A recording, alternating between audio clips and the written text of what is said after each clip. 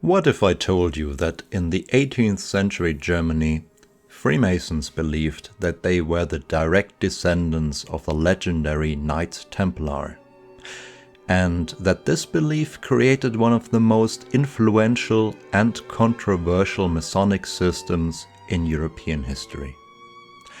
Today we are diving deep into the Strikte Observanz, or Strict Observance, a fascinating chapter in German Freemasonry that claimed to hold the true secrets of the medieval Templars.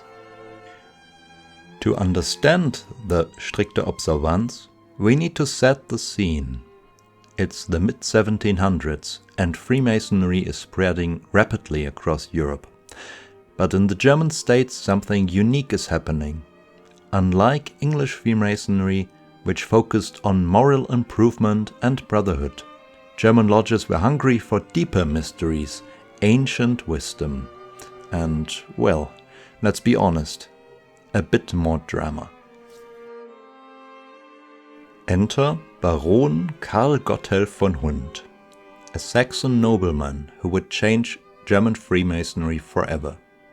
Von Hund claimed that during his travels to Paris, he was initiated into the true Masonic tradition by mysterious unknown superiors, who revealed to him the ultimate secret. Freemasons were the direct heirs of the Knights Templar.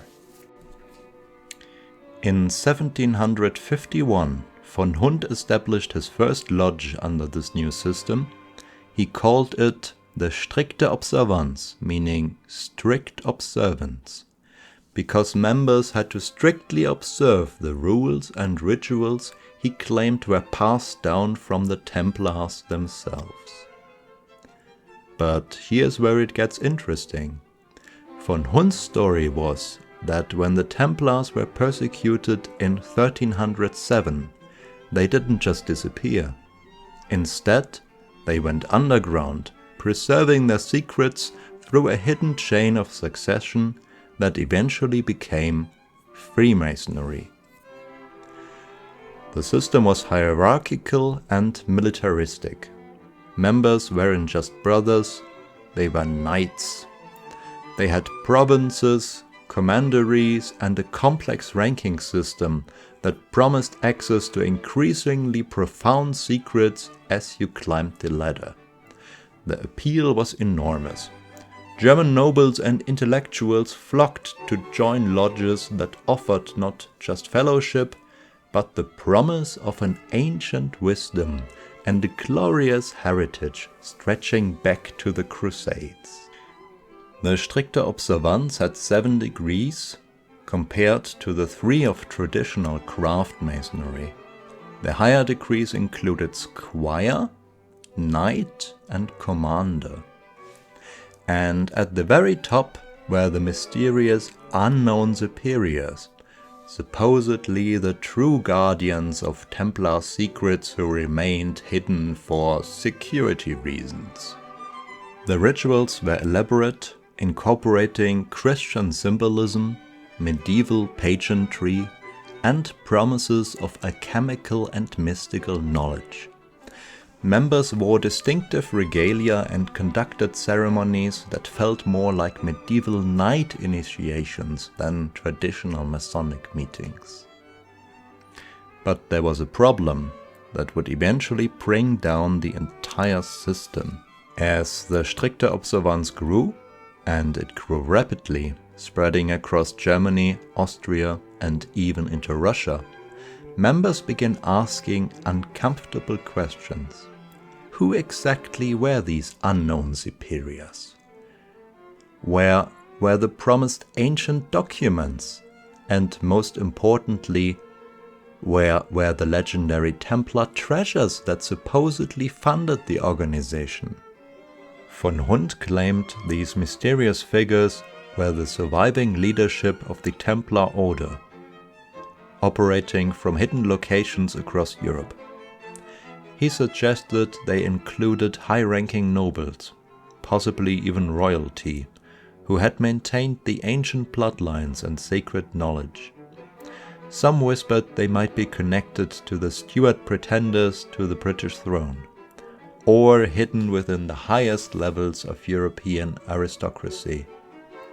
The unknown superiors supposedly possessed the true Templar archives, vast treasures, and the power to restore the order to its former glory when the time was right. Von Hund kept promising that all would be revealed, but years passed with no concrete proof. The system's credibility began to crack under the weight of its own extraordinary claims. Members were paying substantial fees to support the supposed works of the unknown superiors, but there was growing suspicion that these mysterious figures might not exist at all. The crisis came to a head in 1782 at the Convention of Wilhelmsbad, one of the most important gatherings in Masonic history. Representatives from lodges all across Europe met to address the Templar question once and for all. After extensive investigation and debate, the convention reached a devastating conclusion. There was no credible evidence linking Freemasonry to the Knights Templar. The Strikte Observanz fundamental promise was rejected. This decision effectively ended the system's credibility, though some lodges continued to operate under modified forms for several more decades. Despite its ultimate failure, the Strikte Observanz left a lasting impact on German Freemasonry. It established the popularity of high-degree systems, Masonic orders with multiple levels beyond the basic 3 degrees.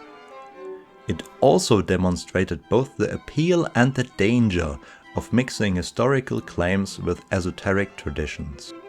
Some scholars argue that while von Hund's specific Templar claims were unfounded, he may have been preserving genuine medieval craft traditions that had evolved alongside early Freemasonry. The story of the Strikte Observanz is ultimately a cautionary tale about the power of compelling narratives and the human desire for connection to something greater than ourselves. It shows how quickly extraordinary claims can spread when they offer people a sense of purpose and belonging to an ancient tradition. Whether you see Baron von Hund as a visionary preserving hidden truths, or as a well-meaning fantasist who got carried away with his own story, there is no denying the profound impact his system had on European Freemasonry. What do you think? Was the Strikte Observanz a genuine attempt to preserve ancient wisdom, or an elaborate 18th century conspiracy theory? Let me know in the comments below.